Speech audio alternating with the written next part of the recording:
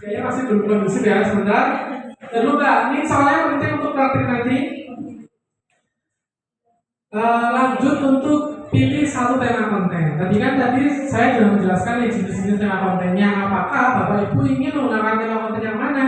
Mau yang edukasi, testimoni, before after, atau menggunakan yang masalah terus menjelaskan solusinya, atau pakai yang BTS atau behind the scene, atau pakai yang tadi yang pakai visual. Jadi tentukan dulu produknya udah ada, temanya mau seperti apa. Udah bikin tema seperti apa, kemudian pastikan lagi target pembelinya itu siapa. Kalau misalnya target pembelinya tadi saya beri lagi bahasnya, target pembelinya itu anak muda. Jadi nanti ketika akan membuat storyline atau skripnya, gunakan bahasa yang anak muda sering gunakan. Jangan gunakan bahasa yang terlalu bapak-bapak, bahasa ibu-ibu, jangan. Pendekatannya itu digunakan. Kalau misalnya produknya alat kesehatan untuk yang usia lansia, gunakan pendekatan bahasa yang memang digunakan sama mereka gitu. Pendekatannya harus ada. Targetnya siapa? Gunakan bahasa yang sesuai. Satu lagi sama untuk membuat video, skripnya atau hook dan segala macamnya, biasakan jangan gunakan bahasa yang baku, jangan yang formal, bahasa yang komunikatif, bahasa sehari-hari aja. Jangan bilangnya, apakah Anda ingin membeli produk ini? Jangan gunakan. Kalau langsung aja coba yang begini sekarang, gunakan bahasa yang komunikatif. Jangan gunakan bahasa yang kaku. Itu poin pertamanya. Kemudian setelah kita tahu temanya, sekarang udah tahu belum temanya mau tema apa? Belum. Buka lagi PPT-nya, temanya ada apa aja. Misalnya sudah pengen tema yang masalah terus menjelaskan solusi, langsung membuat yang namanya skrip. Skrip itu apa sih? Biasanya skrip itu bisa disebut dengan storyline atau apa aja yang pengen Bapak Ibu sampaikan di dalam video. Jadi sekarang coba tulis di notes atau di WhatsApp atau di mana Bapak Ibu tulis, langsung tulis skripnya. Yang pertama book, kemudian konten, bla bla bla, kemudian CTA atau call to action dan closingnya. Bikin formatnya seperti itu dulu. Bikin dulu formatnya. Kemudian nanti baru akan diisi bukunya apa, konten isinya seperti apa, CTA dan closingnya seperti apa. Jadi ditulis dulu bukunya, konten dan juga CTA dan juga closingnya. Ditulis dulu. Book, konten, CTA dan juga closing. Dikosongin dulu apa, nanti sambil dipikirkan. Ditulis juga temanya juga boleh. Temanya apa? Target pembelinya siapa?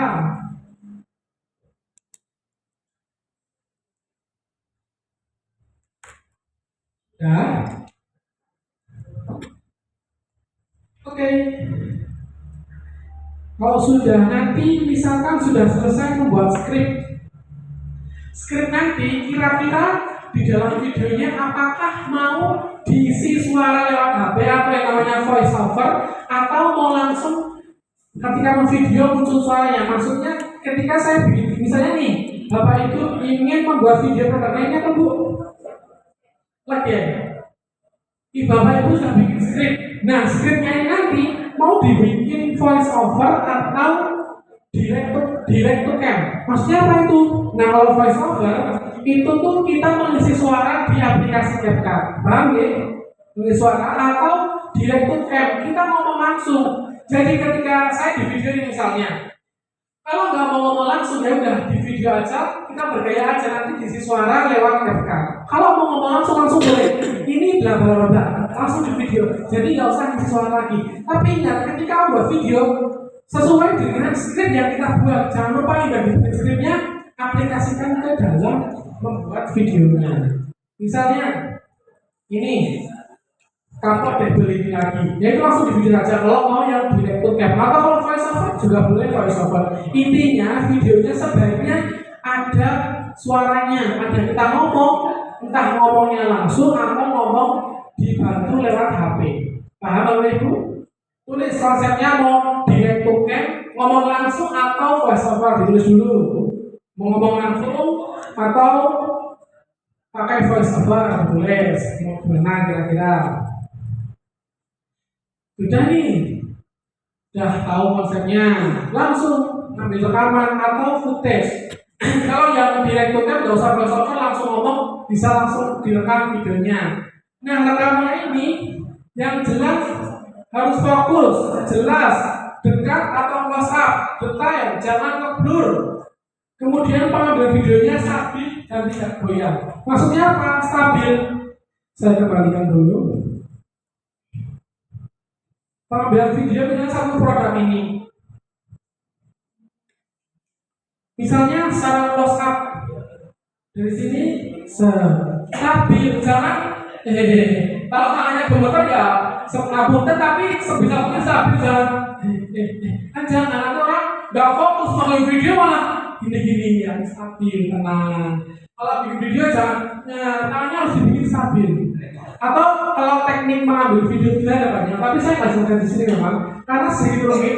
Jadi ada yang teknik ini, ambil videonya dari miring ini mendekat miring sekali lagi sebagai gambaran saya, atau dekat lagi bisa gini terus di zoom bisa, tapi pastikan harus stabil. Bisa lagi dengan cara ini saya katakanlah gambar rekam ya gini, tapi sampai ini udah biasa kalau video.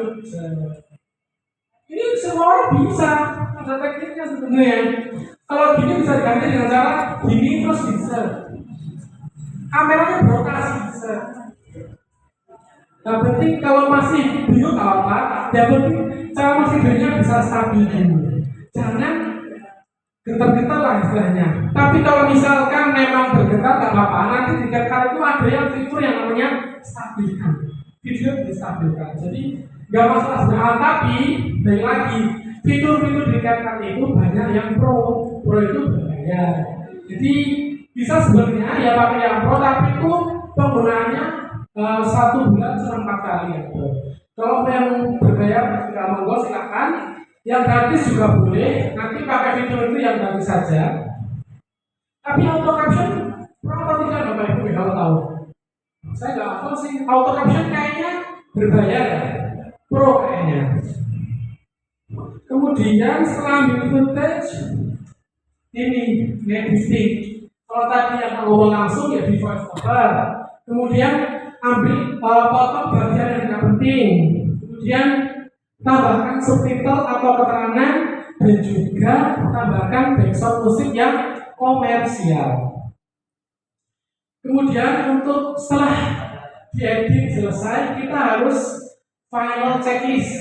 Apa aja yang kita checklist? Kita cek apakah hooknya sudah menarik atau sudah ada, durasinya panjang enggak, jangan-jangan 2 menit, kelamaan nggak usah, semenit aja, di bawah semenit kalau bisa. Jadi pastikan juga dalam membuat skrip atau storyline jangan terlalu panjang, intinya saja, nggak usah bertele-tele. Terus produknya jelas apa enggak, apakah ngeblur, apakah detail, apakah teksturnya kelihatan, apakah dia stabil, kemudian subtitle ada enggak, kemudian balik lagi, apakah video Bapak Ibu bosan. Bayangin saja Bapak Ibu sebagai calon pembeli melihat video Bapak Ibu, kira-kira gimana sih, saya apakah tertarik apa? Oh ya biasa aja sih, apa seperti itu. Responnya itu ya respon Bapak Ibu sendiri sebenarnya. Kemudian cek sudah ada call to action-nya belum, dan terakhir bikin caption. Kalau mau dipastikan harus ada caption-nya ya, biar semakin jelas. Nah, ini untuk materi kita hari ini. Besok di hari kedua agendanya sedikit tambahan materi, ada sedikit aja. Kemudian nanti kan ini praktik ya Pak Ibu, praktik ambil videonya, bikin skripnya, kemudian sedikit editnya. Kalau belum selesai bisa diselesaikan di rumah. Tapi nanti kita maksimalkan sampai jam 12 untuk edit di sini. Semoga bisa selesai. Nah besok kalau sudah selesai, nanti kami akan kirimkan barcode untuk Bapak Ibu mengupload videonya. Nanti di sini kita akan review bareng hasil Bapak Ibu semuanya. Kira-kira banyak kekurangannya enggak, biar bisa jadi bahan evaluasi untuk satu sama lain untuk berkembang. Jadi kan saya review kira-kira gimana nih? Oh, footage-nya udah oke, hook-nya bagus, tapi CTA-nya nggak ada. Atau misalnya oh ngeblur, oh ini kurang menarik nih, nanti kita akan review bareng-bareng. Nah, setelah saya review, nanti direvisi juga di sini. Jadi direvisi sampai istilahnya sudah oke, nanti baru bikin caption dan boleh diposting, boleh tidak. Itu opsional Pak Ibu. Kalau misalnya belum mau posting ya silakan. Tapi sebaiknya video nanti udah final, udah oke, bisa langsung diposting. Itu kalau Ibu sudah paham. Apakah ada pertanyaan? Ada. Boleh silakan. Caption. Oke.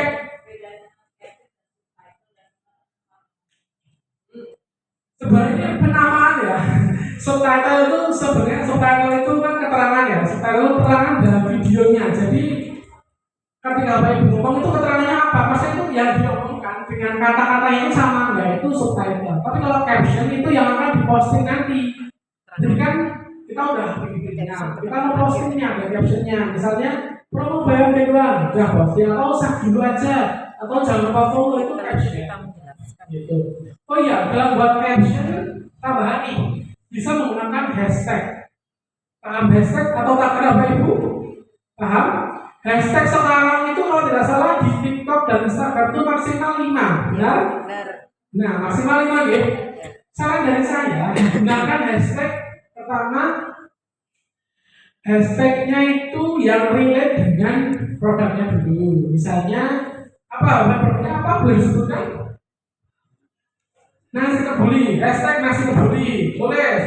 Hashtag lagi, produknya namanya misalnya kebuli apa, boleh. Hashtag kedua, hashtag ketiga bisa kuliner Jogja. Hashtag keempat bisa food kuliner apa yang berkaitan, dan terakhir bisa pakai reels atau TikTok, reels atau FYP. Jadi hashtagnya bermacam-macam. Ada yang terkait dengan produknya, hashtag yang umum, dan hashtag yang sering digunakan. FYP atau reels itu boleh digunakan 5 deh. Tapi biasanya kalau saya sendiri biasanya gunakan hashtag Jogja 24 jam. Biasanya biar gunakan hashtag itu. Jadi kan Bapak Ibu kan basicnya di Jogja ya. Bisa gunakan Jogja 24 jam, kuliner Jogja, atau misalnya food vlogger, atau misalnya apalagi wisata Jogja atau kuliner Jogja, nasi kebuli merek ibunya, kemudian diposting. Kalau bisa dirilis ya tambahin belakangnya reels hashtagnya. Kalau di TikTok bisa FYP. Paham Bapak Ibu? Oke, ada pertanyaan lagi? Boleh? Kalau misalnya itu misalnya saya foto itu kan kayak agak monoton gitu mas, sampai terus kan itu baiknya postingnya itu dalam satu bulan berapa kali dan berapa. Oke. Sebenarnya besok akan saya singgung di besok, tapi saya singgung di sini sekarang juga apa-apa. Posting sebenarnya posting itu kalau bisa 3 sampai 7 kali per minggu. Jadi bisa dibilang setiap hari. Tumpuk. Cangkrik apa Bu? Oh, aku percaya gini, apa? Jadi untuk mempostingnya, saya sarankan mampu nggak Pak Ibu posting tiap hari? Nggak mampu, ada yang mampu, ada yang enggak. Kalau enggak itu mungkin karena kesibukan atau karena mungkin masih bingung. Sebenarnya konten itu kan kalau kamu menonton, gunakan beberapa tema konten kan banyak tema konten. Ya diselingi tiap hari itu beda-beda, fungsinya juga beda-beda. Kemudian untuk waktu posting itu sebenarnya bisa disesuaikan, tapi sebenarnya nggak ada waktu posting yang baik banget itu sebenarnya nggak ada.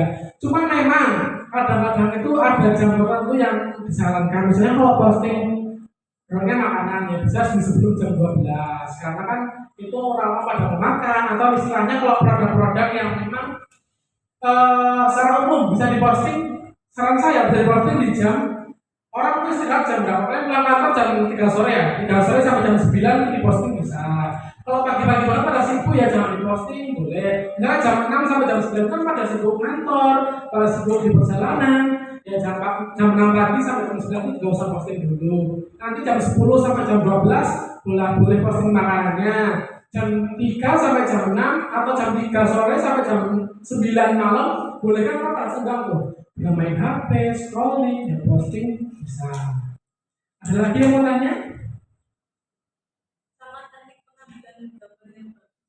Teknik saya emang tidak menyampaikan karena takut akan sangat ribet, tapi nggak apa saya coba.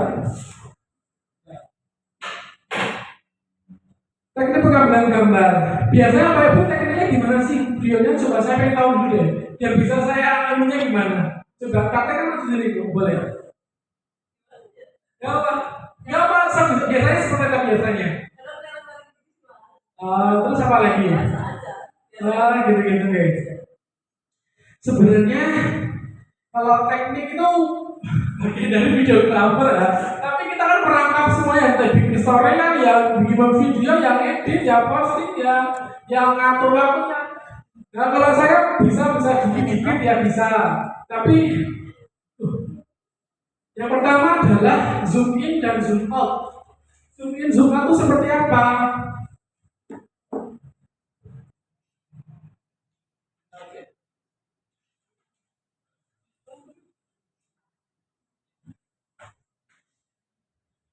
Misalnya produknya ini sambal. Produknya besar ya Bu. Misalnya sudah dibuka ya. Videonya jangan cuma sejari terus video ini, ya itu kan biasa ya bisa. Video yang agak lain bisa pas lagi proses, misalnya saya pakai tripod ya. Misalnya lagi proses buka, itu boleh video. Kenapa lagi? Zoom in-nya yang detail. Saya video lagi mereknya, atau lagi ketika dibuka tekstur dalamnya seperti apa di video lagi. Bila sambil zoom in seperti ini bisa, karena kan kalau saya jelasin yang seluruh takutnya malah nggak kecerna ya. Saya jelasin secara umumnya aja ya. Bisa ini nama produknya, zoom in ke tekstur sambalnya, atau bisa sambil nanti dipegang Bapak Ibu, dipegang ini bisa. Atau juga bisa kalau pas lagi proses ya lagi motong bawang pun boleh di video loh. Lagi motong bawang, ngegorengnya, mengaduknya. Karena kadang-kadang makan seperti itu yang relate dengan para audiens. Terus apa lagi kalau sambal seperti ini boleh sebenarnya sambil dimakan. Kalau misalnya nggak mau nunjukin muka, pas lagi tuangkan, misalnya dimakan sama ayam, ya tuangkan di ayamnya itu di video. Terus pas lagi makannya boleh seperti itu. Atau misalnya itu produknya apa, susu ya? Ini. Oh soto bisa pas lagi interaksi dengan karyawannya, nggak usah ribet-ribet taruh semuanya. Kalau kalian misalnya nih lagi interaksi, nggak tahu dia apa soto sih saya baru melihat itu tidak bisa. Itu interaksi langsung, itu yang real, bukan omongan yang apakah atau kata-kata bapak enggak, tapi kata-kata yang komunikatif aja itu jadi video. Apa yang menarik dimasukin. Kalau dirasa video bosan kan nggak usah diposting apa-apa. Yang penting konsisten posting. Kemudian untuk teknik yang lain, sebenarnya di CapCut ada banyak fitur pengeditan untuk zoom in, zoom out itu banyak. Tapi kalau mau misalnya ini sebentar ya Bu, saya bikin sebentar ini. Gak apa, misalnya ini bisa kok. Seperti yang saya jelaskan tadi ya Bu. Ini kan tadi zoom in seperti ini. Bisa juga dengan ngesamping seperti ini. Taktiknya emang susah, saya juga jelasin, saya juga bingung sebenarnya Bu. Kan paling kalau video cuma pada seperti ini, paling kan cuma kayak gini doang ya. Ya sebenarnya bisa, asal di-cut, dipotong-potong. Jangan videonya itu 100 detik kayak gini terus, tapi cut. Jadi itu ada perpindahan, jangan sama terus. Seperti itu. Bisa. Ini kan gini atau gini, jadi entah membuat besar atau membuat kecil. Misalnya gini, tarik dari sini, boleh tarik kayak gini juga bisa. Nanti kan zoom in. Atau kalau misalnya tarik yang lain tuh gini sebenarnya tadi saya bilang dari miring seperti ini. Kalau mau latihan ya miring dekat, ini miring ya. Terus sulit ya Pak, teman saya bingung itu aja. Saya jadi bingungnya nggak apa-apa, karena nggak sulit. Terus saya udah bingung loh Pak. Gitu. Ya betul seperti itu. Ya di TikTok ya di CapCut itu ada efeknya kok kalau mau di namanya keyframe kalau mau detail lebih lanjut itu bisa ngezoom sendiri atau ngezoom sendiri itu bisa. Ada lagi yang mau bertanya? Tadi ada yang nanya tuh sebelah sini nih. Tahu ini nanti video kita dibaca algoritma FYP apa enggak itu gimana? Jadi oh ini ternyata si TE-nya jelek atau hook-nya yang jelek itu gimana cara tahunya? Kalau di TikTok nggak akan dikasih tahu nih video jelek apa enggak, cuman tahu-tahu ya nggak naik videonya. Nah, gitu ya. Biasanya kalau saya mencirikan itu videonya tuh naiknya pelan-pelan. Biasanya saya akan mencirikan tuh, wah pagi ini 200, nanti siang udah 500, nanti sore udah 1000, nanti udah naiknya kadang-kadang saya baca itu ada peningkatan terus viewsnya, entah likes-nya, entah komentarnya. Jadi ketika ada peningkatan secara stabil itu konsisten itu istilahnya videonya bisa naik seperti itu. Ada peningkatan perlahan-perlahan gitu biasanya. Untuk viewsnya, likes-nya, comment section-nya gitu. Tapi kadang di TikTok itu yang tidak asal siapa percaya. Ya sebenarnya ngasal pun tuh kalau didetailkan pun itu ada alasan yang nomor enggak loh Pak sebenarnya. Bisa yang pertama karena happening. Nah saya kemarin bikin video cuma naik motor gini, viral kok Pak, banyak yang nonton. Kenapa? Karena happening. Karena saya bikin video yang tentang kampus saya, happening karena lagi ada berita yang relate dengan itu gitu. Jadi kadang-kadang lagi happening bisa, lagi momen tertentu bisa, gitu. Misalnya apa ya video yang nggak jelas tiba-tiba viral. Nah itu, baik lagi ada yang namanya beauty privilege atau prioritas untuk yang visualnya menarik. Jadi kalau kita nggak menarik ya jual aja yang menarik dari kita apa produknya. Ya ada lagi Pak? Ya. Ada yang lagi mau tanyakan?